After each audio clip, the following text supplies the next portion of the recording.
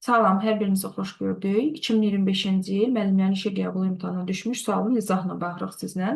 Uyğunluğu müəyyən eləyin. Biokimyəvi uyğunlaşma, fizioloji uyğunlaşma, etoloji uyğunlaşma verilib və 5 variantımız verilib. Bir-bir uyğunlaşdırmalıyıq. Havanın temperaturu aşağı düşdükcə yarıçılarda maddələrin mübadiləsi zəifləyir.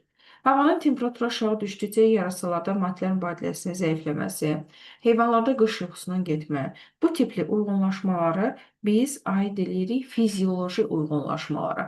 Yəni 2-yə uyğun gələr A. Makaka meymununun isti termal su mənbəyində qızınması və yaxud istilənməsi bu tipli uyğunlaşmalar etoloji uyğunlaşmalara aid olur.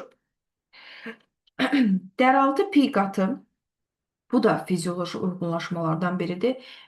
Məsələn, qış yuxusuna getdikdə aylarda qalın piy təbəqəsi var ki, həmin o piy təbəqəsində yağın, 1 qram yağın parçalanmasından həm 1,1 qram su ayrılır, bədən su ilə təmin olunur, həm də 1 qram yağ parçalandıqda 38,9 kJ enerji verir ki, həmin o yatdığı dövrdə piy parçalanır və ona həm enerji, həm su ilə təmin edir. Yəni, ikinciyə fizioloji uyğunlaşmaya gedəcək.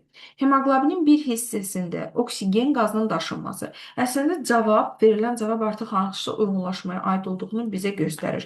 Hemoqlobin, hem və qlobulin hissəsindən təşkil olunub. Oksigen qazı, deməli, hara gedəcək? Biokimyəvi uyğunlaşmaya.